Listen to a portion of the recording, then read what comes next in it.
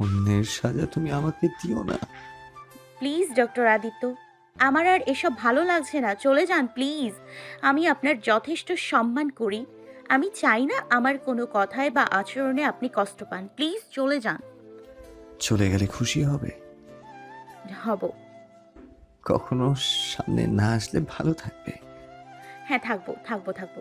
চলে যান প্লিজ, বিরক্ত করে তুলেছেন আপনি বড্ড। বুকে পাথর রেখে মিছে কথাগুলো বলে আবারও বাড়ির ভেতরে ছুটে চলে আসলো আখি। হাদিতে পৃথিবীতে যেন মুহূর্তেই অন্ধকার নামল। বুকে বিরাজমান হলেও শূন্যতা। মস্তিষ্ক যেন কাজ করা বন্ধ করে দিল। হৃদিকা আজ মেকআপের মাধ্যমে নিজের কুৎসিক দিক ঢাকার চেষ্টা করলো।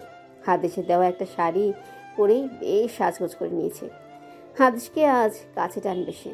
তার ডাকে দিতে হবেই আজ আদিসকে সারা।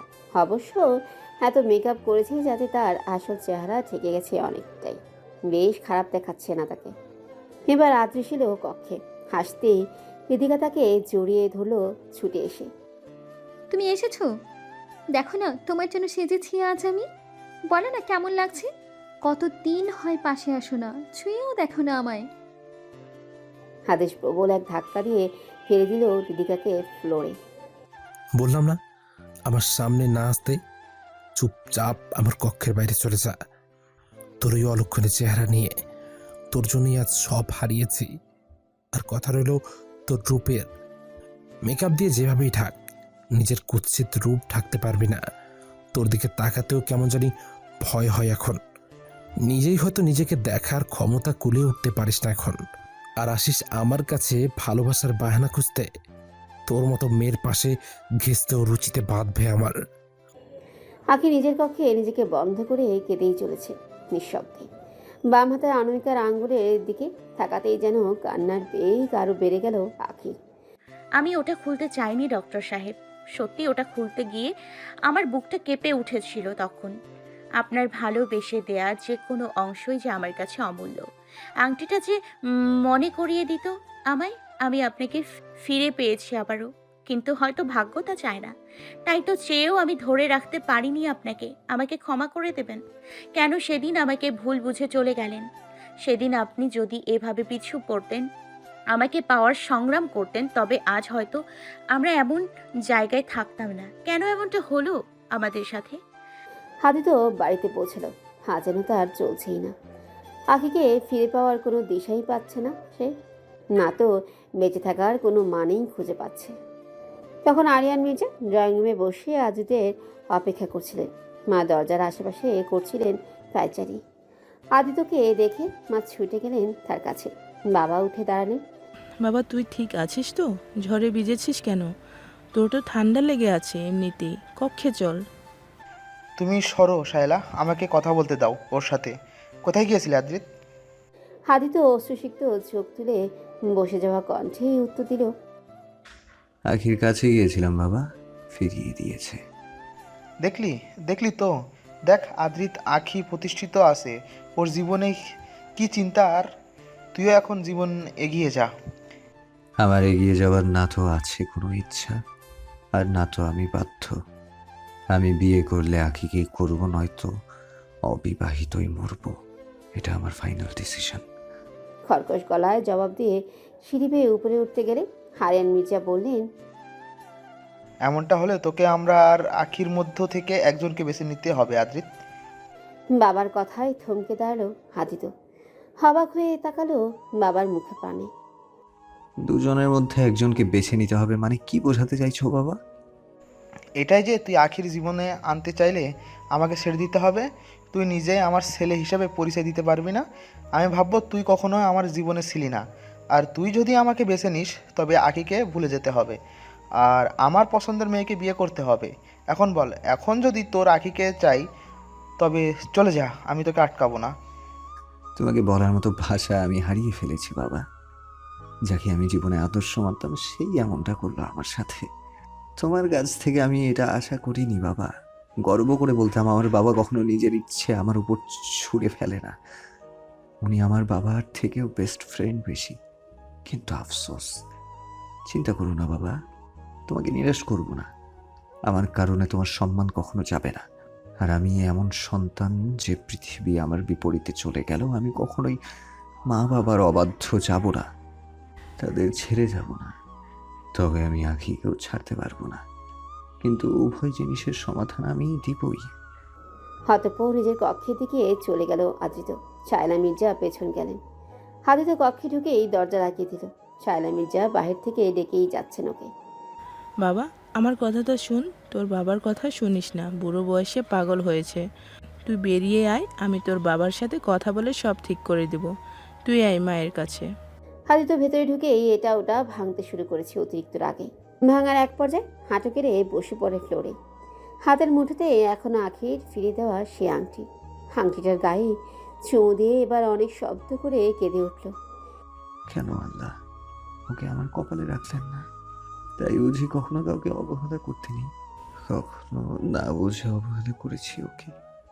আজ বুঝতে পারছি তখন আমার অবহেলায় ওর কতটা খারাপ লাগতো। আমি ওর অবহেলা আর নিতে পারছি না। আমি বাঁচবো না ওকে ছাড়া। ও যখন ভাগ্যে ছিলই না, তবে কেন আনলেন ওকে আমার জীবনে? কেন?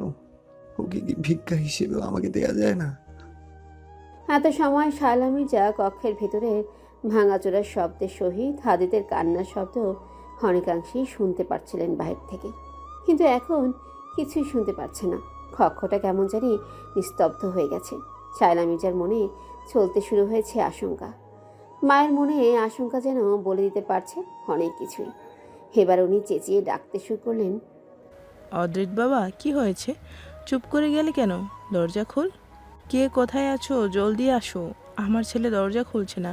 কেউ আসো, আমার ছেলে না আবার কিছু করে যায়। ঘরের সবাই সেখানে ছুটে আসলেন। সবাই আদিত্যকে ডাকছেন, তবে কেউ সারা শব্দ পাচ্ছে না তার।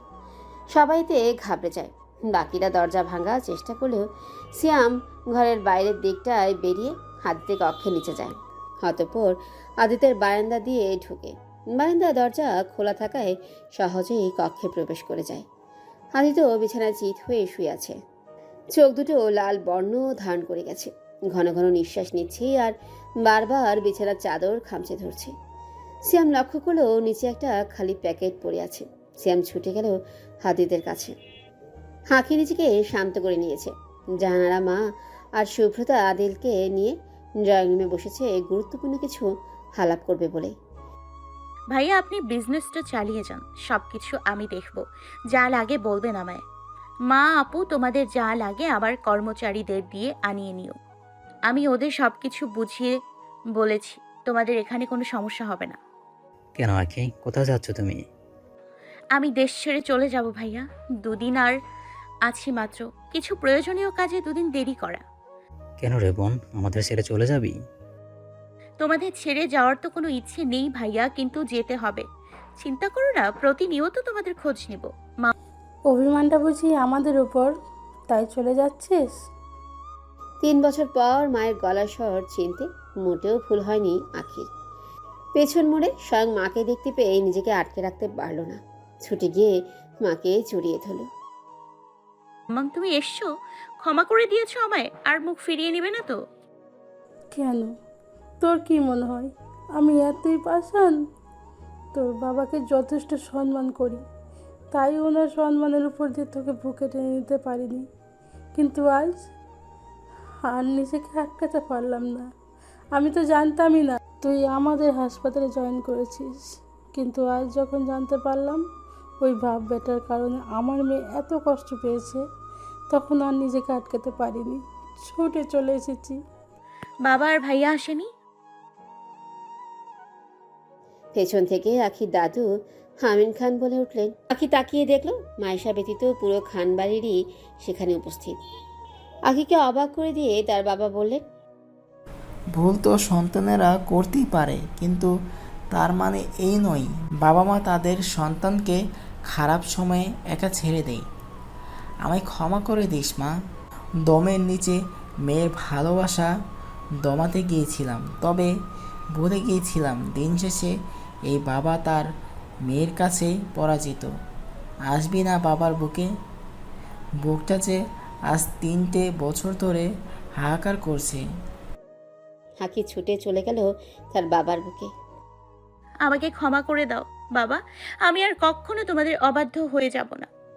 তোমরা যা বলবে আমি তাই করব। আমাকে ক্ষমা করে দাও। এবার আশরাফ খান আখির চোখের জল মুছে দিয়ে বললেন, আমি কিন্তু আমার মেয়েকে দুর্বল হয়ে পড়ে কান্না করার শিক্ষা দেইনি, আর যেন কাঁদতে না দেখি। তো শুধু মা বাবাদের কাছ থেকে ক্ষমা চাওয়া হবে নাকি? আমরাও তো বড় ভাই হই, আমাদের কাছেও ক্ষমা চাও, তাও পা ধরে। তোর কাছে ক্ষমা চাইতে আমার বইয়েই গেছে। তবে দাঁড়া, তোকে এখনই দেখাচ্ছি। মাম্মাম দেখো না, তোমার পাগল মহিষটা খেপে গেছে।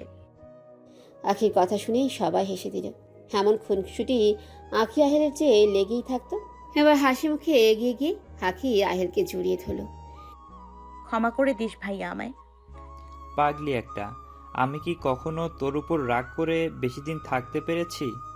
ক্ষমা করে দিস, তোকে অনেক কষ্ট দিয়েছি। তখনই আশরাফ খানের ফোন বেজে উঠল। হ্যাঁ সামিরা, বলো। স্যার, ডাক্তার আদ্রিত বিষ পান করেছেন। ওনাকে ওনার পরিবার আমাদের হাসপাতালে নিয়ে এসেছেন। আমরা এমার্জেন্সিতে ওনাকে ঢুকিয়েছি, ডাক্তাররা ওনাকে দেখছেন। ওকে, আমি আসছি। কি হয়েছে বাবা? আদ্রিত সুইসাইড করার চেষ্টা করেছে, ওকে ইমার্জেন্সিতে ঢোকানো হয়েছে। কি? আর কিছুই না বলে আখি বাইরের দিকে ছুটতে শুরু করলো। হতভম্ব হয়ে দাঁড়িয়ে আছেন হারিয়ান মির্জা, চোখে পানি বয়ে চলেছে। আদিত্যকে গাড়িতে করে নিয়ে আসার সময় আদিত্যের জ্ঞান ছিল। সিয়াম গাড়ি ড্রাইভ করছিল, আর আদিত্যকে শায়লা মির্জা আর উনি ওনাদের মধ্যখানে বসিয়ে নিয়ে এসেছিলেন। যখন কেঁদে কেঁদে আরিয়ান মির্জা বলছিলেন, তুই কেন এমনটা করলে আদ্রিত? আমি তো এমন কিছু চাইনি। আমার সন্তানই না থাকলে আমি সম্মান দিয়ে কী করবো? তখন অনেক কষ্ট করে জবাব দিয়েছিল আদিত্য, বাবা, আমি তোমাকে ছাড়তে পারবো না, কিন্তু আখিকেও ছেড়ে দেওয়ার সাধ্য আমার নেই। প্লিজ আমার বাঁচিও না বাবা, কারণ আর বেঁচে থাকলে আমি আখির পিছু ছাড়বো না কখনো। কথাটা বলার পর জ্ঞান হারিয়ে গিয়েছিল আদিত্যের। এবার বুঝতে পারলেন আরিয়ান মির্জা। সম্মানের দোহাই দিয়ে তিনি নিজের ছেলের প্রাণ চাইছিলেন তার কাছ থেকে। ছেলের এই অবস্থার জন্য নিজেই দায়ী। কিভাবে মেনে নিবে বাবা? শায়লা মির্জা চিৎকার করে কাঁদছেন। আমার ছেলেকে কেউ বাঁচিয়ে দাও, আমার ছেলে কিছু হলে আমি মরে যাব। আমি তোমাকে ছাড়বো না আরিয়ান, আমি তোমাকে ছাড়বো না। তুমি আমার ছেলেকে ফিরিয়ে দাও, নইলে আমি তোমাকে আসতে। কথাটা বলে এসেই আরিয়ান মির্জার কলার চেপে ধরলে সিয়াম আর ঈশিতা ওনাকে ছাড়িয়ে নেয়, কিন্তু সেই ক্ষণেই উনি জ্ঞান হারান। আখি ছুটে আসে হাসপাতালে, তার পরিবারও চলে আসে সেখানে। আখির চোখে মুখে জলের ছাপ, সাথে দুশ্চিন্তারও আভাস। পেরেশান হয়ে এসেই এমার্জেন্সিতে ঢুকে পড়ল। কিছুক্ষণের মধ্যেই আখি বেরিয়ে এলো অন্য দুজন ডাক্তার সহিত। আরিয়ান মির্জা এগিয়ে গিয়ে জিজ্ঞেস করলেন, আদ্রিত কেমন আছে মা? উনি আউট অফ ডেঞ্জার। বিষ খুব স্ট্রং ছিল, তা বের করে দিতে পারলেও ওনার যথেষ্ট দুর্বলতা থাকবে বেশ কদিন। তাড়াতাড়ি নিয়ে আসায় ওনার প্রাণ বেঁচে গেছে। কথাটা বলেই চোখের উপচে পড়া জল মুছে নিল আখি। হারান মির্জা এবার অনুতাপের স্বরে বললেন, আমায় ক্ষমা করে দাও আখি, আমি সম্মানের ভয়ে এতটা অধমের পরিণয়তে হয়েছিল। যেসব অনুভূতি মাটিতে চাপা দিতে গিয়েছিলাম, আমায় ক্ষমা করে দাও। আমার ছেলে তোমাকে ছাড়া বাঁচবে না। আমার ছেলে প্রাণ আমার কাছে বড়। আমাকে তুমি ক্ষমা করে দাও। চলে আসো আমার ছেলের জীবনে ফিরে। আখি জবাব দিয়ে ওঠার আগে আশরাফ খান জিজ্ঞেস করলেন, কি হয়েছে আরিয়ান? কি বলেছিস তুই এমন আখিকে যে এখন ক্ষমা চাইতে হচ্ছে? অতঃপর আরিয়ান মির্জা সব কিছু হুবহু বলে গেলেন। কথাগুলি শুনেই মুহূর্তে আশরাফ খানের চেহারায় যেন কালো মেঘ নামল। রাগে চেহারা লাল বর্ণ ধারণ করে গেল। তোর সাহস হলো কি করে আরিয়ান আমার মেয়েকে এত তুচ্ছ ভাবার? আর এখন নিজের ছেলের প্রাণ বাঁচাতে আমার মেয়ের কাছে এসে অনুপাপে জল ফেলছিস? দ্বিতীয়বার তুই আমার মেয়েকে অপবাদ করবি না, তার কি নিশ্চয়তা আছে? আমার মেয়ের খারাপ দিক খুঁজে তার ভালো দিক ঢেকে দেওয়া লোকগুলোকে কখনো ক্ষমা করব না। চলে আখি, পারলে নিজের ছেলেকে সামলা। আঁখি মাথা নিচু করে বাবার পাশেই চলে গেল। আদিত্যকে এই অবস্থায় ছেড়ে যেতে বুক কাঁপছে।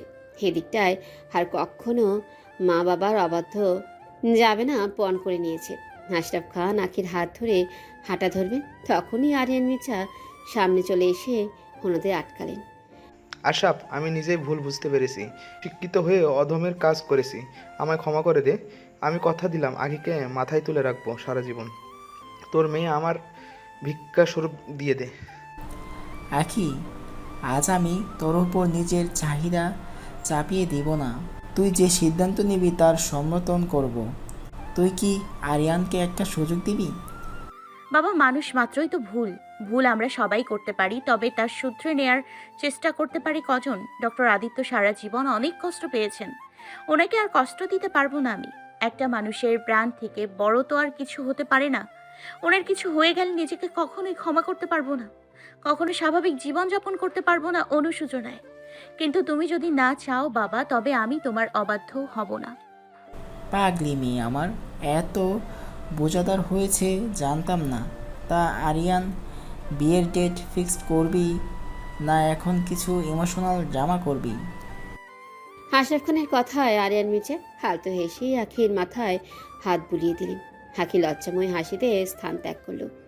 পরদিন সকালে হৃদিকার অর্ধেক চুল পড়ে গেছে, চোখের তলটা অস্বাভাবিকভাবে কালো হয়েছে, আরও 3টে দাঁত উঠে গেছে আজ সকালেই।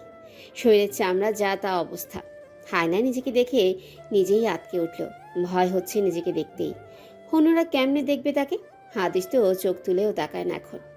রাতে তাকে ধাক্কা দিয়ে ফেলে তিক্ত কথা শুনিয়ে যে চলে গিয়েছিল, কোথাও এখনও ফেরেনি। পাশ দিয়ে হেঁটে গেলেও চোখ সরিয়ে রাখে এখন তার উপর থেকে। বাড়িতেও থাকে না তেমন। সকালে বেরোলে রাতে ফিরে। হঠাৎ গাড়ি আসার শব্দে আদৃশ এসেছে বুঝতে পারল কৃতিকা। তার সাথে শেষমেশ একটা কথা বলবে ভেবেছে। এদিকে আদৃশ ঘরে ঢুকতে নিলে দরজার পাশে একটা খাম পড়ে থাকতে দেখে। কৌতূহলবশত উঠায় সেটা।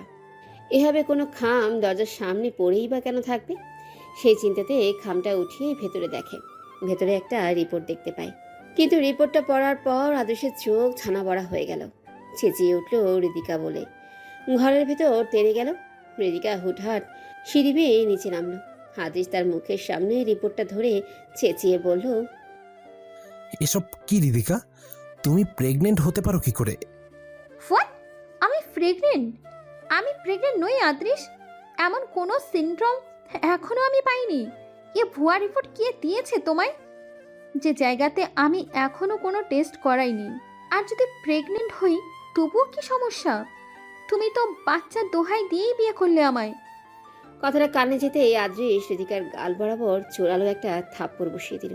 অতঃপর গর্জে বলল, যে জায়গাতে আমি কখনো বাবা হতে পারবো না সেখানে তুই মা কেমন করে হবি? বল, এই বাচ্চা তোর কোন নাগরের? বল কার বাচ্চা এটা? নইলে নইলে তোকে আমি প্রাণে মেরে ফেলবো। হৃদিকার থুতনিতে সজোরে চেপে ধরে বলল আদৃশ। হৃদিকা কান্নার সহিত জবাব দিল, আমার বিরুদ্ধে ষড়যন্ত্র করা হচ্ছে আদ্রিস। আমি এসবের কিছুই জানি না। আমি শুধু তোমাকে ভালোবাসি। আর আমি প্রেগনেন্ট নই। চুপ কর, নষ্ট মেয়ে কোথাকার। নষ্টামি করে এখন অবলা সাজার ঢং করছিস। ছি, তোর এমন অবস্থা কোন পুরুষ থাকায় তোর দিকে কে জানে। রাস্তার নোংরা মাথায় তুলতে নেই। মানুষ ঠিকই বলে, আমাকে পাগল কুকুরে কামড়েছিল যে তোর মতো নোংরাকে ঘরে তুলেছিলাম। তোর জন্য আমি আমার আখি, আমার পরিবারকে হারিয়েছি। কিন্তু কিন্তু আর না, তোকে এভাবে বার করবো না। ডিভোর্স পেপার নিয়ে এসে ঘাড় ধাক্কা দিয়ে ঘর থেকে বের করে দেবো তোকে। আদৃশ এবার হনহনিয়ে বেরিয়ে গেল ঘর থেকে। হৃদিকা অগ্নি দৃষ্টিতে আদৃশের যাওয়ার পানে তাকিয়ে থেকে বলল, তবে তোমারও সময় এসে গেছে আদ্রিস।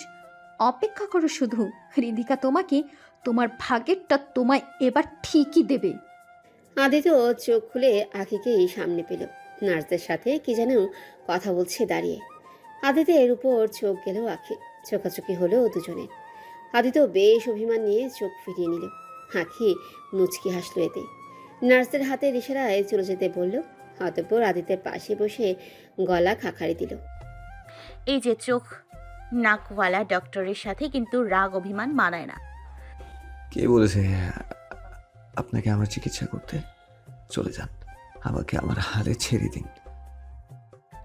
এসছিলাম তো চিকিৎসা করতে, তবে এসে রোগীরই প্রেমে পড়লাম, কিন্তু রোগী তো আমার দিকে তাকাচ্ছি না। দেখুন, মস্করা করবেন না, এমনিতেও ভালো লাগছে না কিছু, চলে যান।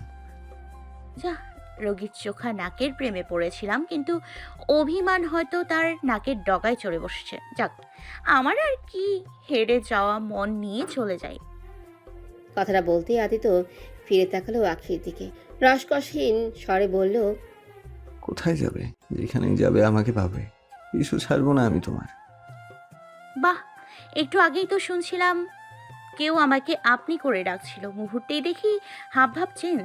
তা পিছু না ছাড়ার কথা বলে আপনি যেভাবে হারিয়ে যেতে নিচ্ছিলেন। কথাটা বলেই আখি হট্ট হাসিতে ফেটে পড়ল। আদিত্য হতভম্বের মতো তাকিয়ে বলল, হাসছো কেন? আমি মরে গেলে খুশি হতে বুঝি? একদম চুপ। আবার যদি এমনটা বলেছেন তবে আর কখনো আপনার সামনে আসবো না। এমন কোথাও চলে যাব যে আমাকে কখনো খুঁজে পাবেন না। হাসি থামিয়ে এবার কর্কশভাবে পড়ল কথাগুলো। আদিত্য উঠে বসলো এবার। আরে কি করছেন আপনি? দুর্বল, উঠবেন না এখন? আমি ঠিক আছে আখি, আগে বলো, এই যে অধিকার, আমাকে হারিয়ে দেওয়ার ভয় যে আমি তোমার চোখে দেখছি তা মিথ্যে নয়। বলো, তুমি কখনো আমায় ছেড়ে যাবে না, ভালোবাসো আমায়, বলো। আখি কিছু না বলেই আদিত্যকে জড়িয়ে ধরল। অতঃপর মৃদু স্বরে তার কানের কাছে মুখ নিয়ে বলল, ভালোবাসি আপনাকে। কথাটা আদিত্যের কান বিশ্বাস করে উঠতে পারল না। আখিকে ছাড়িয়ে আশ্চর্যের সহিত জিজ্ঞেস করল, মিথ্যে বলছো না তো? হতেও পারে, অসুস্থ মানুষকে সান্ত্বনা প্রদান কিন্তু ডক্টরের কর্তব্য। ফাজলামো করো না আখি, সত্যিটা বলো। আল্লাহ, পড়লাম কোন চোখা নাকওয়ালা বান্দায়। আরে আপনার বাবা আমার বাবা মিলে আমাদের বিয়ে ক্ষণ ঠিক করে ফেলেছেন। আমি রাজি না থাকলে কি করতেন তা? কি হয়েছে, আর অবাক হতে হবে না। যে কাণ্ড করেছিলেন আপনি, মজনু সাহেব বেঁচে থাকলে আজ আপনাকে দেখে হয়তো আফসোস করতেন। আমি মজনু হতে চাই না, আর না তো দেবদাস। আমি আখির আদৃত হয়েই থাকতে চাই, তার পাগল প্রেমিক রূপে। আদিত্য এবার অল্প টানে আখিকে নিজের বেশ কাছে নিয়ে গেল। আখির কপালের সামনে দিয়ে বেরিয়ে আসা ছোট চুলগুলো খানের পেছনে গুঁজে দিয়ে বলল, তোমার প্রেমে প্রেমিক যা তা হতে পারে। হয়েছে, এবার কথার ফুল না বেঁধে শুয়ে থাকুন, আমার আরও রোগী আছে। আখি আদিত্যকে হালকা ধাক্কাতে ছাড়িয়ে ছুটে পালিয়ে আসতে লাগলো। আদিত্য পেছনে বলল, আমি ছাড়া কোনো পুরুষ রোগী দেখলে কিন্তু খবর আছে, কিন্তু তোমার না, ওই পুরুষের। আখি হাসতে হাসতে চলে গেল। আদিত্য জায়গায় বসেই হাসছে। পুরো 2 দিন চলে গেল। এই 2 দিন বাড়িতে আসেনি আত্রিশ। আজ বাড়ি আসলো ডিভোর্স পেপার সহিত। এসে ঋতিকার সামনে ডিভোর্স পেপার রেখে বলল, আধ ঘন্টার ভেতর কাপড় চোপড় প্যাক করে এটাতে সাইন করে চলে যাও, নয়তো ধাক্কা দিয়ে বের করে দিতে বাধ্য হব। কথাটা বলেই আত্রিশ কক্ষ ত্যাগ করে ছাদের দিকে চলে গেল। ঋতিকা অস্বাভাবিক ভঙ্গিতে এবার দাঁত কটমট করে বলল, দিলে না তো ভালোবাসার মর্ম আদ্রিস, এবার দেখে নিতে হবে তার পরিণাম তোমায়। সবার সামনে আমার চলে যাওয়া তোমার নাশ করার সর্বোত্তম পন্থা হবে আমার জন্য। বেশ কিছুক্ষণ পর ছাদ থেকে নেমে আত্রিশ দেখতে পেলেও ঋতিকা ডিভোর্স পেপারে সাইন করে দিয়েছে। আশেপাশে কোথাও নেই সে। কর্মচারী মীরাকে জিজ্ঞেস করলে তার কাছ থেকে জানতে পারল ঋতিকা চলে গেছে, কিন্তু সাথে করে কোনো কিচ্ছু নেই। আদ্রিস স্বস্তির নিঃশ্বাস ছাড়ল। অবশেষে ঋতিকাকে জীবন থেকে বের করতে পারল সে। আঁখির ছবি বুকে নিয়ে কান্না করতে মত্ত হয়ে আছে আদ্রিস। আমায় ক্ষমা করে দাও তুমি ফুলপরি, আমি এতটাই অদম হয়ে গেছিলাম যে সত্য জ্ঞান হারিয়েছিল আমার। বলে গেছিলাম আমার মনে তোমাকে নিয়ে ভালোবাসা যে কতটুকু। আমি আমি যে তোমাকে বড্ড ভালোবাসি ফুলপরি। তোমাকে ছাড়া আমি নিঃস্ব হয়ে গেছি। একবার ফিরে আসো, কখনো তোমাকে আর কষ্ট দেব না। অন্য কোনো মেয়ের দিকে চোখ তুলেও তাকাবো না কখনো। তোমায় আমি কথা দিলাম, আমি আমি আসবো আখি, আবার তোমাকে ফিরিয়ে নিতে। যতক্ষণ না ক্ষমা করছো, যতক্ষণ না ফিরে আসছো, আমি তোমার পিছু ছাড়বো না। আগে আগে তোমার রাগ ভাঙবো, তারপর পরিবারের সবার, এরপর সবাই মিলে আগের মতো মিলেমিশে থাকবো আবার। আদেশ এবার বেরিয়ে আখির উদ্দেশ্যে হাসপাতালে গেল। তখন একজন নার্স ওকে জানালো, ডাক্তার আখি তো এখন এখানে নেই। লাঞ্চ টাইম শুরু হতেই ডাক্তার আখি আর ডক্টর অদিত্য কোথায় বেরিয়ে গেলেন আমি জানি না। আদৃশ নিরাশ হয়ে বেরিয়ে এলো সেখান থেকে। রাত থেকেই কিছুই খায়নি, খিদেও লেগেছে বড্ড। তাই ভাবলো হাসপাতালের পাশের কোনো রেস্টুরেন্টে কিছু খেয়ে নি, ততক্ষণে হয়তো আখি আদ্রিত চলে আসবে। অতঃপর সে বেরিয়ে এলো। হাসপাতালে বেশ পাশেই একটা রেস্টুরেন্ট। আদ্রিশ সেখানটায় গেল। আখি আদ্রিত দুজন একে অপরের পাশাপাশি বসে আছে। দুজন খাবার খাচ্ছে আর একে অপরের সাথে কথা বলছে। আচ্ছা, তুমি কি আমার উপর দয়া করে বিয়েতে রাজি হয়েছো? তো আর কি করব? উদার মন নয়তো আপনার মতো চোখা নাকওয়ালাকে বিয়ে করার মতো সিদ্ধান্ত নিতাম। কে বলেছে তোমাকে বিয়ে করতে?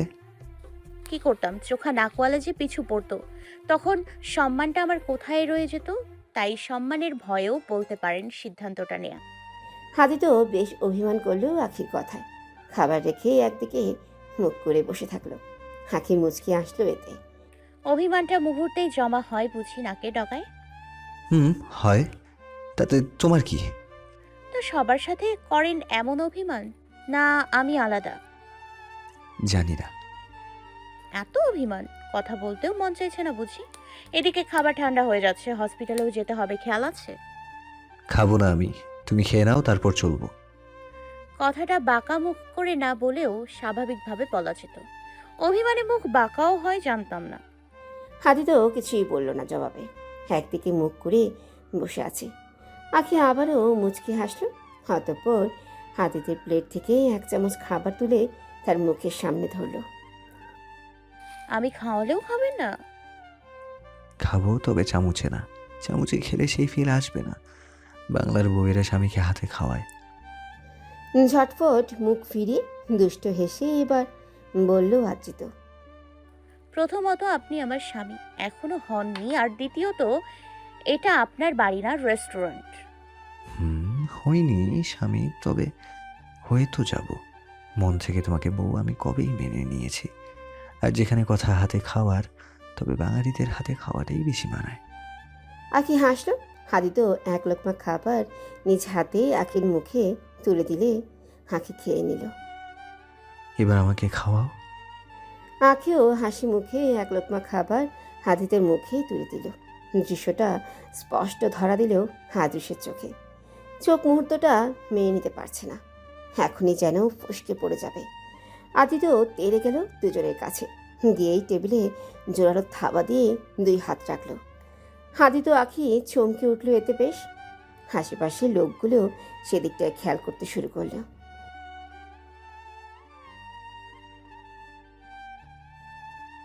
তোর সাহস কি করে হলো আদ্রিত আমার আখির সাথে এমন মুহূর্ত পার করার কল্পনা করতেও? আর আখি, তুমি কি লাজ চরম সব ধুয়ে খেয়েছো? এটাই কি ছিল তোমার আমার প্রতি ভালোবাসা? ওটা ভালোবাসা না, আমার জীবনের ভুল ছিল আদৃশ। ভুল শুধরে নেয়ার চেষ্টা করলাম মাত্র। আর যেখানে কথা লজ্জা শরমের, নিজের হবু স্বামীকে নিয়ে সীমা রেখায় থেকে একান্তে কিছু সময় পার করা শরমের কিছু হতে পারে না। হবু স্বামী? হ্যাঁ আদৃশ, আমার আর আখির বিয়ে ডেট ফিক্স হয়ে গেছে। বিয়ের কার্ড এখনো রেডি হয়নি, হলে প্রথম কার্ডটা তুমিই পাবে। চলো আখি, এখানে আর থাকলে আমাদের উপর আবারও কারো নজর লেগে যাবে। হাদি তো বিলটা দিয়েই আখির হাত ধরে হাদিসের দিকে থাকছিল ভরা নয়নে তাকিয়ে হাঁটতে লাগলো। আখি ফিরেও তাকালো না আর হাদিসের দিকে। হাদিস অসহায় হয়ে তাকিয়ে থাকলেও তাদের পানে। বুকে অনুভব করলো যেন তীর আঘাত। চোখ বেয়ে নামলো জল। আখি হৃদিকার বিষয়ে সব কিছুই বলল হাদিতকে। কি বলছো আখি? হৃদিকা এসব করেছে? কিন্তু কেন? এটাই তো জানার কথা, যা একমাত্র ওর পরিবারের কাছে থেকে জানা যাবে। এখন কি তুমি ওর বাড়ি যাবে? হুম, বাবার কাছে থেকে কালকের দিনের ছুটি নিয়েছি। আজ সন্ধ্যায় বরিশালের ফ্লাইটে। আমিও যাব তোমার সাথে। কিন্তু আপনি কেন? আমি যাব, এটাই ফাইনাল। তোমার জীবনসঙ্গী হতে চলেছি, জীবনের প্রতি পদে সাথে থাকবো। আখি না চাইলেও আদিত্য জেদের কাছেই হার মানল। রাতের ফ্লাইটে আখি আদিত্য বরিশাল চলে আসলেও দুজন একটা রিসোর্টে থেকে যায় আলাদা দুই কক্ষে। অতঃপর সকাল হতেই রওনা হয় রিদিকাদের বাড়ির উদ্দেশ্যে। সেখানে গেলে ওনারা তাদের যথেষ্ট আদর আপ্যায়ন করেন, যেহেতু আখির বাড়িতে দীর্ঘ বছর কাজ করেছেন মফিজ সাহেব। আখিও ওনাকে যথেষ্ট সম্মান করে। অনেকক্ষণ যাবত ইরা ওটা কথা বলার পর আখি বলল, তা রিদিকার সাথে আপনি যোগাযোগ কেন করেন না মজনু চাচা? ওকে যখনই আপনার বিষয়ে জিজ্ঞেস করতাম বলতো আপনি নাকি ওর সাথে সকল সম্পর্ক ভঙ্গ করে দিয়েছেন। ওকে সহ্যই করতে পারেন না। ওকে মাথার বোঝা মনে করে আজিজের সাথে বিয়ে দিয়েছেন, আজিজ বাজে জেনেও। এ কি বলছো আখি? আজিজের সাথেও ওর সম্পর্ক ছিল? আমরা জানতাম না। আরও আমার নামে ওর সব বলেছে। ও কোথায় আছে তাও তো আমি 2 বছর ধরে জানি না। আজিজের সাথেও মানে কি বলতে চাইছেন চাচা? পরিষ্কার করে বলুন। কথাটা শুনেই মফিজ সাহেবের চেহারা কেমন চুপসে গেল। কি হলো চাচা, চুপ করে আছেন কেন? বিষয়টা জানা আমার কাছে খুব জরুরি। রিদিকা অনেক কুকাজ করে বেড়াচ্ছে, ওকে আটকাতে হবে আমাদের। ওকে কে কিভাবে আটকাবে মা? যেখানে আমি নিজেই ব্যর্থ বাবা হলেও। বলুন চাচা সব কিছু। ছোটবেলা থেকেই ওকে দেখে আসছি। ও তো ভীতু আর পরোপকারী একটি মেয়ে ছিল, কিন্তু হঠাৎ এমন হলো কিভাবে চাচা বলুন। মা রে, তুই তো জানিস এত এত সন্তানদের ভরণ পোষণ করতে আমি নড়ে চড়ে যাচ্ছিলাম। ঢাকার দামি দামি স্কুলে সন্তানদের পড়ালেখা করানোর সক্ষমতা আমার ছিল না। আমার সকল ছেলে মেয়ে এখানের সরকারি স্কুলগুলোতে লেখাপড়া করেছে, কিন্তু ঋদ্ধিকা তোমার মতো করে তোমার সাথে ওই স্কুলে পড়তে চাইতো। একবার ঢাকা বেড়াতে গিয়েছিল আমার সাথে, তখন থেকেই তো তোমার সাথে পরিচয়। তোমার সাথে চলার পর থেকে তোমার মতো জীবনযাপন করতে চাইতো। আমি কথাটা তোমাদের জানতাম না, তা শুনলে হয়তো তোমরা ঋদ্ধিকার আবদারের যথেষ্ট মান দিতে। এমনিতেই তোমার বাবার অনেক ঋণ ছিল আমার মাথায়, উপর থেকে ঋদ্ধিকার চাহিদা নিয়ে হাজির হওয়ার সক্ষমতা ছিল না আমার, তাই ঢাকা থেকে ওকে এখানে এনে দিয়ে যাই। তোমার সাথে বেশি যোগাযোগ করতে দিতাম না, কথাটা তোমাকে জানাবে বলে, কিন্তু মাঝে মধ্যে আমার পিছু ধরে বাড়ি থেকে পালিয়েই ঢাকায় চলে আসতো, এসে তোমার সাথে ভিড়তো, তোমাকে কথাটা জানাতে চাইতো, কিন্তু আমি ওকে শাসাতাম। তখন থেকেই আমাকে কেমন ঘৃণার চোখে দেখতে শুরু করে। ওকে ওর মা বোঝাতে চাইলে ওকেও ভুল বুঝতো। সারাদিন স্বাভাবিক আচরণ করলেও হঠাৎ করে এমন উদ্ভট কিছু করে বসতো যে আমরা সবাই বিষম খেতাম। আমার পিছু হয়ে চলে আসতো ঢাকা, তাছাড়া না বলে যেখানে ইচ্ছে চলে যেত। কয়েকদিন যাবৎ ওর খোঁজ পেতাম না, ওকে কিছু জিজ্ঞেস করতে নিলেও অস্বাভাবিক আচরণ করত। হঠাৎ একদিন জানতে পারি ও প্রেগনেন্ট। আমি তখন ছুটি নিয়ে তাড়াহুড়োয় বরিশাল আসি, তখন ওর বয়স 16। আমরা আরও জানতে পারি বাচ্চাটা আমারই বড় জামাতা আব্দুলের ছিল। আপন দুলাভাইয়ের সাথে অবৈধ সম্পর্কে জড়িয়ে পড়েছিল ঋদ্ধিকা। খবরটা জানাজানির পর আব্দুল আমার বড় মেয়ে শিউলিকে ছেড়ে দিতে চায় না। ভুল হয়ে গেছে বলে আমাদের কাছে ক্ষমা প্রার্থী হয়। এক মেয়ের সংসার ভেঙে অন্য মেয়ের জীবন সাজাতে চাইনি আমরা। বিষয়টা সমাজে জানতে না দিয়েও আব্দুলের সাথে এই নিয়ে শিউলি এবং আমাদের সবারই বন্ধ ছিল। শিউলি তার ঘরে ফিরে যেতে চায়নি, তবে আব্দুল তাকে ফিরিয়ে নিতে চায়। ঋদ্ধিকাকে সে নিজের ভুল হিসেবে মাথা থেকে নামাতে চায়। আমরা ওষুধ খাইয়ে ঋদ্ধিকার বাচ্চাকে মেরে ফেলি লোক লজ্জায়। একদিন গভীর রাতে আমরা ঘুমিয়েছিলাম, হঠাৎ শিউলির চিৎকার শুনে হকচকিয়ে উঠি সবাই, কিন্তু ততক্ষণে বেশ দেরি হয়ে যায়। শিউলির প্রাণহীন দেহ পড়ে থাকতে দেখি ফ্লোরের পাশে ঋদ্ধিকা ছুরি হাতে দাঁড়িয়েছিল। সাথে সাথে ও আমার উপরও ঝাঁপিয়ে পড়ে। আমরা ওকে কোনো রকম বেঁধে রাখি। ঋদ্ধিকার মানসিক অবস্থা খারাপ ছিল, আমরা আগে থেকেই জানতাম। যতই হোক নিজের সন্তান, তাই পুলিশকে বা আশেপাশে জানাইনি এই খুনের ব্যাপারে। কোনোরূপ মানুষকে বুঝিয়ে শিউলির দাফন কার্য শেষ করার পর আমরা ওকে ডাক্তারের কাছে নিয়ে যাই। তখন ও অনেক উত্তেজিত ছিল। ডাক্তার ওকে দেখে বললেন ও পুরোই মানসিক ভারসাম্যহীন, তাই ওকে মানসিক হাসপাতালে দিয়ে আসতে হয়।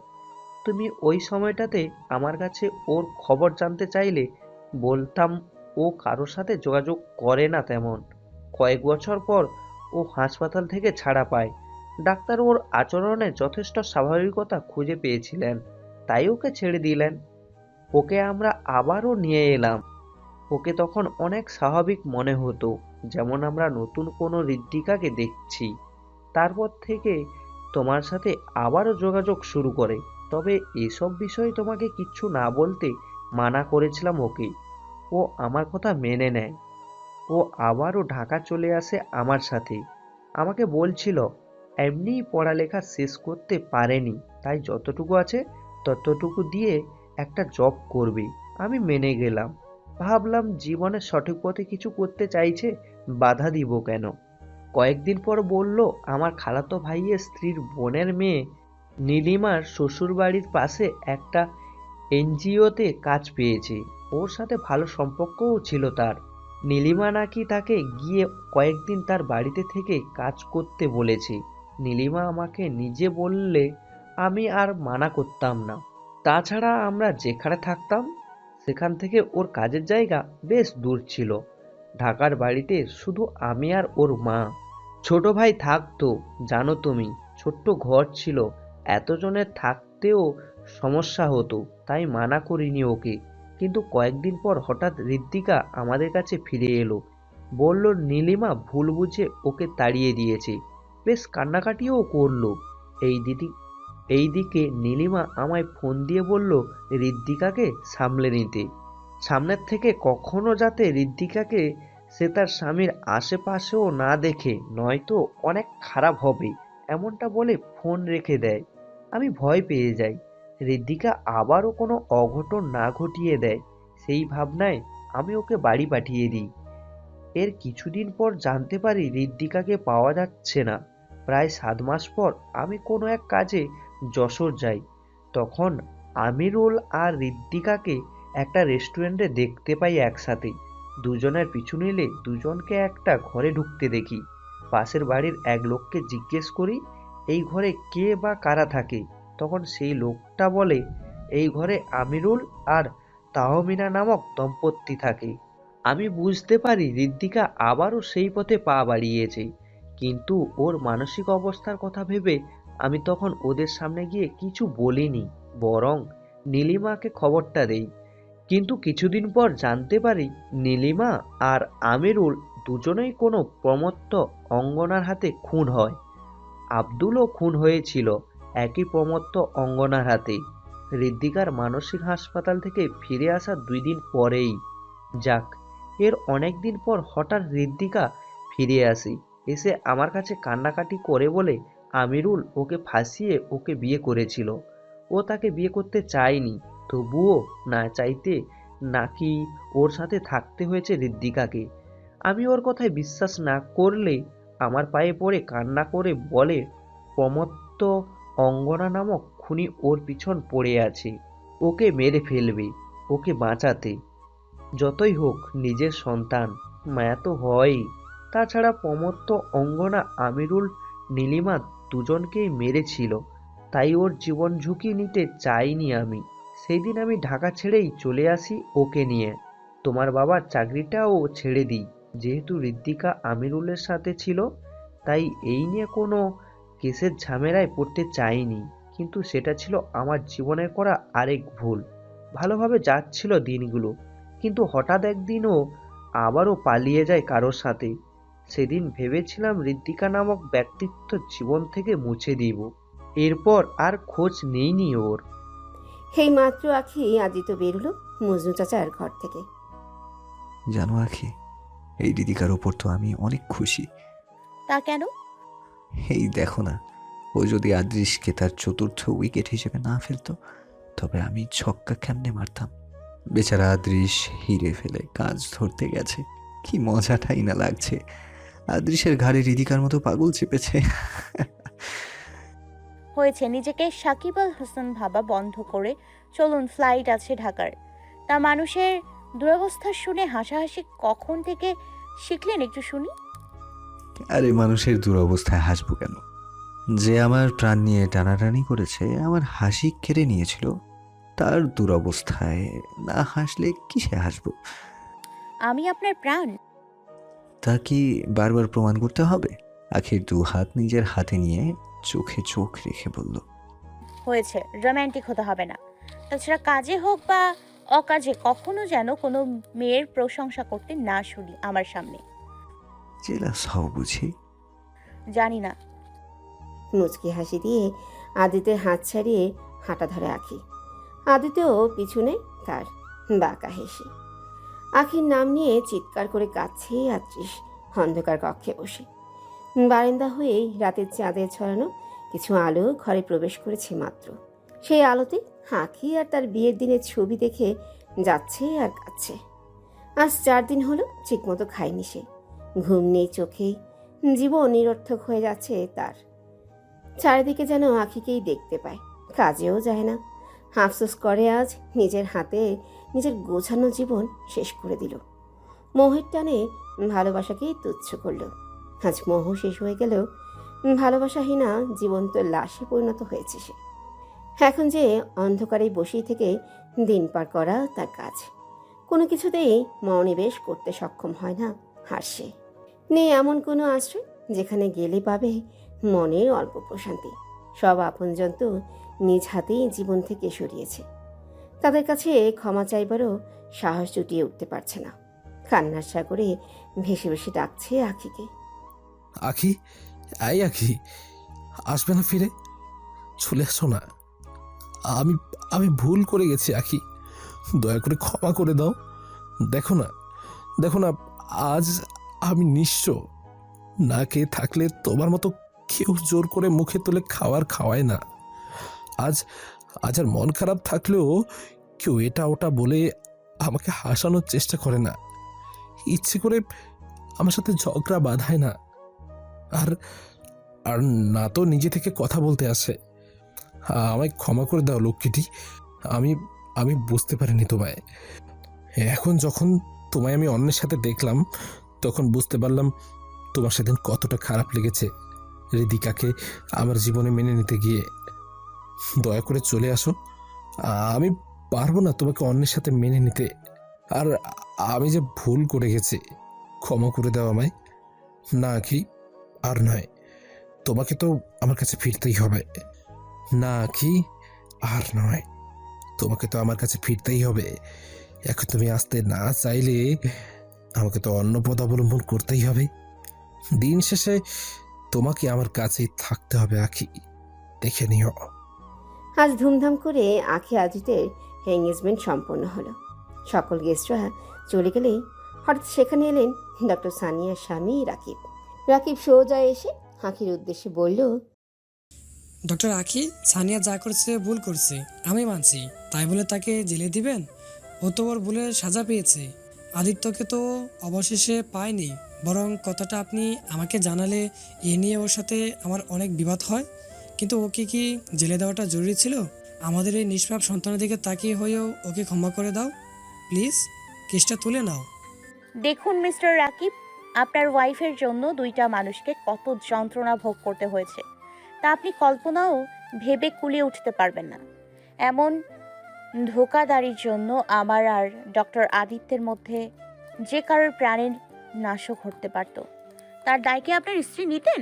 আখি ছেড়ে দেওয়ার মেয়ে না, তাই প্রমাণ সহিত আপনার স্ত্রীকে জবাব দিয়েছি।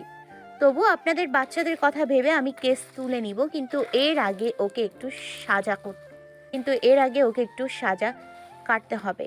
সবে তো কয়েকদিন হলো মাত্র, 1 মাস না হয় জেলে কাটাক, 1 মাস পর বাড়ি ফিরে আসবে। আপনি নির্দ্বিধায় থাকতে পারেন। তা বসুন। না, কাজ আছে। মলিন মুখে চলে গেল রাকিব। আচ্ছা, একটা কথা জিজ্ঞেস করবো আখি? ডক্টর সাহেব? তুমি তো কাউকে ছাড় দাও না, তবে আদৃশের বিরুদ্ধে কোনো স্টেপ কেন নেওনি?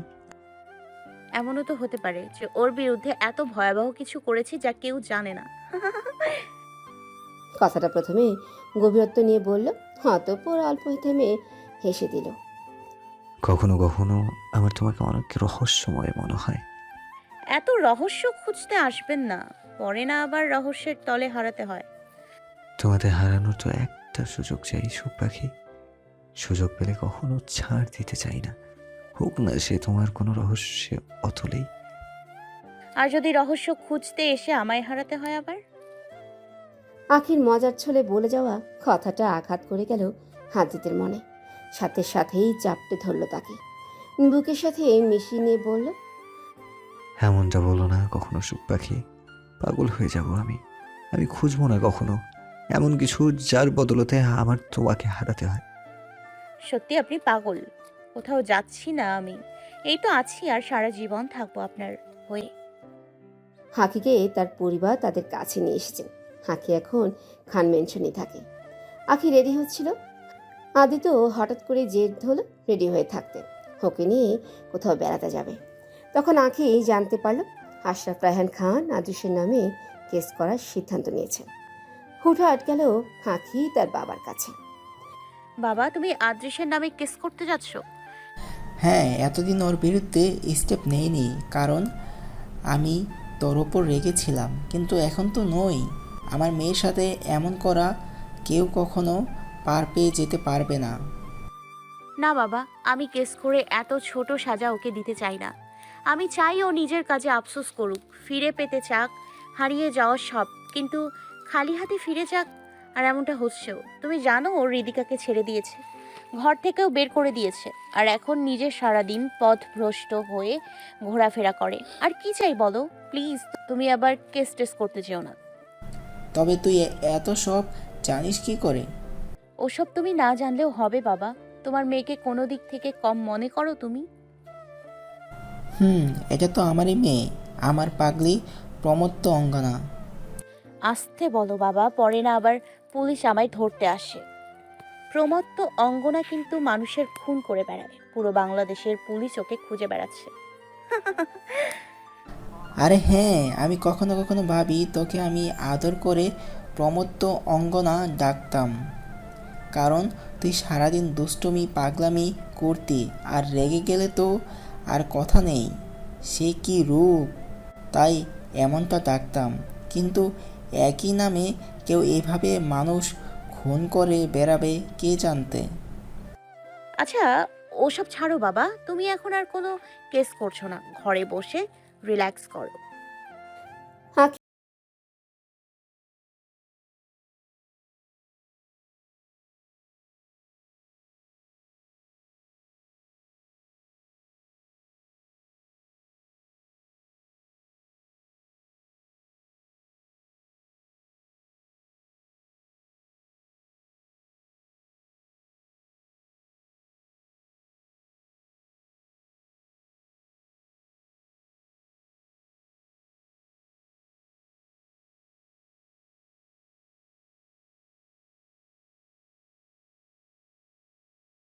স্বামী পরে হলেও আগে উনি আমার ভালোবাসা, আর আমি কখনো চাই না উনি আমার সাথে বাজে কিছু হোক।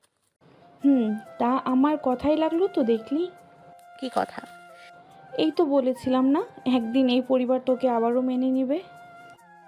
আমিও জানতাম আমার বাবা মাম্মাম আমার পরিবার কখনো আমাকে মন থেকে মুছে ফেলতে পারবে না, আর তোর দেওয়া আশ্বাসটা থেকেই তো শান্তি পেলাম। মাইশার দেওয়া আশ্বাস মানে? আহিলের হঠাৎ সেখানে উপস্থিত হয়ে মৃউচিয়ে সন্দেহজনক দৃষ্টিতে বলা কথাটায় হকচকিয়ে উঠল মাইশা আখি দুজনেই। সাথে সাথে এই দুজনেই জির পায়ে কামড় দিয়ে দিল। এবার আহিলের কাছে পরিষ্কার হলো সবটা। বুঝতে পেরেছি, আমাদের দ্বন্দ্ব থাকলেও বান্ধবী দুজনের আলাপচারিতা বজায় ছিল। আর ওই বদের হাড্ডি মাইশা এতদিন আমার সাথে মিথ্যা বলেছিল যে আখির সাথে ওর কোনো যোগাযোগ নেই। তো কি হয়েছে? তোরা ভাবছিলে যার তার সাথে ঝগড়া করবি আর তোদের হয়ে সবাই মারামারিতে এগিয়ে যাবে নাকি? হ্যাঁ, আমাদের যোগাযোগ ছিল, এমনকি আমরা দেখাও করতাম প্রায়ই। আর এই যে বাপ হতে চলেছিস, তা সবার আগে আমি কনফার্ম করেছি। অবাক হয়ে আহির মাইশার দিকে তাকালেই মাইশা দাঁত কালানো একটা হাসি দিয়ে দেয়। হয়েছে, এখন গোয়েন্দাগিরি ছেড়ে রাস্তা থেকে শর্ত। আমায় এখন যেতে হবে, আমার দেরি হচ্ছে। হ্যাঁ, তোর মহারাজা সেই কখন থেকে এসে বসে আছেন। ওকে তবে যাই। সর সর সর। গাড়িতে বসে আছে আখি আদ্রিত। আদ্রিত ড্রাইভ করছে আর বারবার আখির দিকে তাকাচ্ছে। এই যে মিস্টার, হয়তো ড্রাইভ করুন, নয়তো গাড়ি আটকিয়ে আমাকে দেখুন, কারণ আপনি যা শুরু করেছেন একটা দুর্ঘটনা তো ঘটিয়েই ছাড়বেন। দুর্ঘটনা তো তুমি ঘটিয়েছ সুখ পাখি। এমন রূপে আমার সামনে এসে কালো শাড়িতে তোমার এই মোহনীয় রূপ কতটা যে হৃদয় খারাপ তা তোমাকে বুঝিয়ে তোলার সক্ষমতা এই অধমের নেই। শুধু বলবো, আজ হৃদয় বাধা মানবে না, দেখে যাবে তোমাকে অপলকে। দেখুন, নজর লাগবে আমার, চোখ সরিয়ে রাখুন। তোমাতে নজর লাগানোর অধিকারটুকু তো আমারই, কেন তার সুযোগ যেতে দেই? আপনার গায়ে আমেরিকার বাতাস লেগেছে, নয়তো নিরামিষ ডক্টর হঠাৎ এত রোম্যান্টিক কেমনে হবে? তা তখন মনোযোগ সামনে দিলে খুশি হব জনাব। আমাকে দেখার জন্য পুরো জীবন পাবেন। আখি আদিতের গালে হাত দিয়ে চেহারাটা সামনের দিকটায় করলো। আদিত আলতো হেসে ড্রাইভ করতে শুরু করলো। আখিও হেসে বলল, এবার? তা যাচ্ছি কোথায় বললেন না? গেলে দেখতে পাবে। সারপ্রাইজ কাউকে বলে দেয় নাকি? রিদিকা হুডি পরে মাস্কটাও পরে নিল। একদম তৈরি সে, আজ ছাড় দিবে না আদৃশকে। সেই ভাবনায় গেল আদৃশের বাড়ির দিকে। তবে তখন আদৃশকে গাড়ি নিয়ে কোথাও বেরোতে দেখল। রিদিকা হুডি আর মাস্কটা খুলে এবার সাধারণ মানুষ রূপে একটা সিএনজিতে উঠল। আদৃশের গাড়ির পিছু করতে শুরু করলো। রিদিকা হুডি, হাত মোজা আর মাস্ক মনে করে নিজের সাথে করে আনা ব্যাগে নিয়ে নিয়েছে। শরীর অনেক দুর্বল হয়ে গেছে তার, সামনের দাঁত সহিত প্রায় সব চুল উঠে গেছে। আদৃশ আদ্রিতের পেছনে লোক লাগিয়েছিল, জানতে পেরেছে আদ্রিত আখিকে নিয়ে বর্তমানে এক জায়গায় যাচ্ছে। সেখানকার ঠিকানাও আদ্রিশ জানতে সক্ষম হয়েছে। বর্তমানে সেই উদ্দেশ্যে বেরিয়েছে। আর যাই হয়ে যাক, আদ্রিশ আখিকে ছিনিয়ে নিয়ে আসবে আদ্রিতের কাছ থেকে, মন স্থির করে নিয়েছে। এই দিকটায় আদ্রিত আখিকে নিয়ে সুন্দর সে গন্তব্যের দিকে এগোচ্ছে। আচ্ছা আখি, রিদিকার বিরুদ্ধে কোনো স্টেপ নিলে না যে? তুমি আমায় সেই দিন ইন্সপেক্টর জিসানকে কিছু বলতে দিলে না। আমার তোমাকে নিয়ে ভয় হচ্ছে রে। রিদিকা তোমাকে কিছু না করে বসে। আর আমার যতটুকু মনে হয় রিদিকাই প্রমত্ত অঙ্গ না। রিদিকায় প্রমত্ত অঙ্গ না আমি শিওর, কিন্তু তার কোনো প্রমাণ নেই আমাদের কাছে। আমি গতকাল ইন্সপেক্টর জিসানকে রিদিকা সম্পর্কে সব কিছু জানিয়েছি। আমিরুল আর নীলিমা কেসের জের ধরে ইন্সপেক্টর জিসান রিদিকার পরিবারের খোঁজে ওদের ঢাকায় থাকার স্থানে পৌঁছতে পারলেও বরিশালে ওরা কোথায় থাকেন তা খুঁজে বের করতে পারেননি। অতঃপর আমি সব কিছু জানলে উনি শিওর খবর পেতে বরিশাল যান রিদিকার বাড়িতে। আসলে ওনারা বেশি বিভ্রান্তিতে ছিলেন, কারণ রিদিকা আমিরুলের সাথে যশোরে তাহমিনা নামে ছিল। তার কারণ ছিল আমিরুল রিদিকাকে নিয়ে সেখানে থাকতো, সে খবর যাতে পরিচিত কেউ না পায় বা বুঝতে পারে, তাই ছদ্ম নামে থাকছিল। তাছাড়া ওর পরিবার আর বেশ আত্মীয় স্বজন ওকে ঋতু নামেই ডাকতো, তাই আমিরুলের পরিবারের কাছ থেকেও ওর পুরো নাম জানতে পারেনি ইন্সপেক্টর জিসান। এই রিদিকা সত্যি ভাবনার বাহিরে।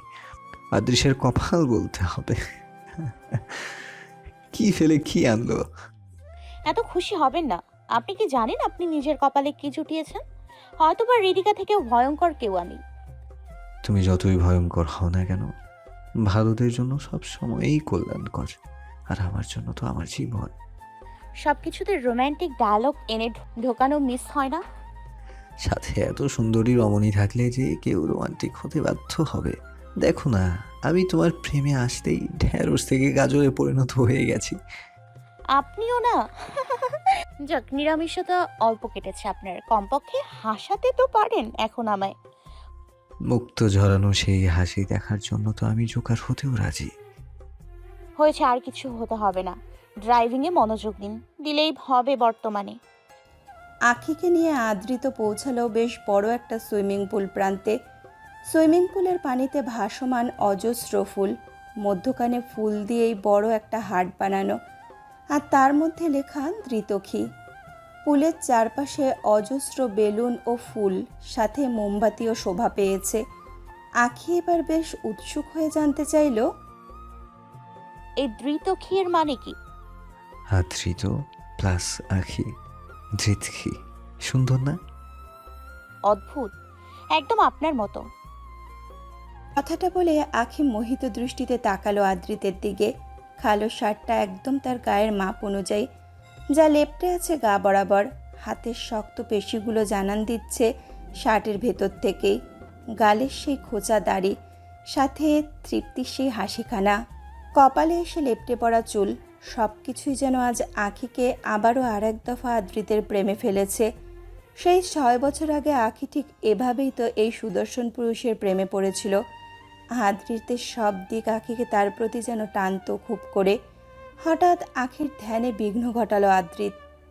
এই যে ডাক্তার সাহেবা, কি এমন দেখছেন? দেখছি কেউ কিভাবে এতটা নিখুঁত ভালোবাসতে পারে। কেন সেদিন সানিয়া আর আদৃশের ধোকায় পড়লাম। জীবনে 6টা বছর আপনার মতো মানুষের সান্নিধ্য হারালাম। পেছনে ফিরে তাকিও না। সুখ হারিয়ে ফিরে পাওয়ার অনুভূতিটাও যে আলাদা এক ভালো লাগার শিহরণ তৈরি করে মনে। আছি তো আজ, থাকবো সারা জীবন, কথা দিলাম। তা চলো তোমাকে কিছু দেখাই। অতঃপর আদৃত আখিকে নিয়ে পুলের অন্য এক প্রান্তের দিকে গেল। সেইখানেও লাল গোলাপের পাপড়িতে একটা বড় হাট বানানো। আদৃত সেই হাটের মধ্যখানে আখিকে নিয়ে দাঁড় করালো। তারপর হুট করেই তার সামনে হাঁটু গেড়ে বসলো, হাতে আদৃতের লাল তাজা গোলাপ। প্রেমময় স্বর ফুটিয়ে বলতে লাগলো, আংটি তো আগেই পরিয়ে দিয়েছি সুখ, তবে মনের কথা সোজা ভাষায় আজও প্রকাশ করতে পারিনি। ভাবতে পারো লাল গোলাপের আশ্রয়ে এই অধমের ভালোবাসা প্রকাশের একটা ছোট্ট প্রচেষ্টা মাত্র। তুমি আমার কাছে এই লাল গোলাপের মতোই সুখ, যাকে পেতে আগে তার কাটার বিষাদ গায়ে মাখতে হয়, তবে অবশেষে তার সান্নিধ্য পেয়েছি। আমার জীবনে শুধু একটাই চাওয়া, সুখ। সে চাওয়াটা শুধু তুমি, পাওয়াটাও তুমি হবে। অটল বিশ্বাস যে আমার আছে আমার আল্লাহ তাআলার প্রতি। ভালোবাসি বড্ড তোমায়, হারিয়ে গেলে নিজেকেই হারিয়ে যাব। বলো না ভালোবাসো আমায়ও? ভালোবাসি আমার ডক্টর সাহেবকে। সত্যি বাসো তো? ভালোবাসি ভালোবাসি ভালোবাসি। আখির 3-3বার দিয়ে ওঠা স্বীকারোক্তিতে আদৃতের খুশিতে দ্বিগুণ আমেজ যোগ হলো। উঠে দাঁড়িয়ে আখিকে জড়িয়ে নিল নিজের বুকের সাথে। আখিও জড়িয়ে ধরল আদৃতকে। কিছুক্ষণ পর আখি বেশ লজ্জা নিয়ে আদৃতকে ছাড়িয়ে নিল নিজের কাছ থেকে। অতঃপর লজ্জা মিশ্রিত হাসিতে তাকে পাশ কাটিয়ে চারপাশ ভালো করে দেখতে লাগলো। চারদিকেই ফুল আর বেলুনের ছড়াছড়ি, কিছু কিছু জায়গা পরে পরেই লেখা ভালোবাসি সুখ পাখি। Welcome back to my life Hitler Dhritakshi, ভালোবাসি সুখ। আরও না জানি কত কি, যা ফ্লোর থেকে নিয়ে আশেপাশে দেয়ালগুলোতেও শোভা পেয়েছে। আখি একটা মোমবাতির পাশে দাঁড়িয়ে তার পাশে ফুলের পাপড়িতে লেখা ধৃতক্ষী শব্দটা বিমোহিত হয়ে দেখছিল। ঠিক তখন আদৃত পিছন থেকে তার গলায় একটা ডায়মন্ডের নেকলেস পরিয়ে দেয়। অতঃপর আখিকে সেখানে রাখা ফুলে সজ্জিত একটা আয়নার সামনে নিয়ে যায়। তার পেছনে দাঁড়িয়ে তাকে জিজ্ঞেস করে, পছন্দ হয়েছে? কিন্তু আমার কাছে সবকিছুর থেকে বেশি পছন্দের আপনি। আদৃত আলতো হেসে এবার একটা লাল গোলাপ আখির কানে গুজে দিয়ে গাইতে শুরু করলো।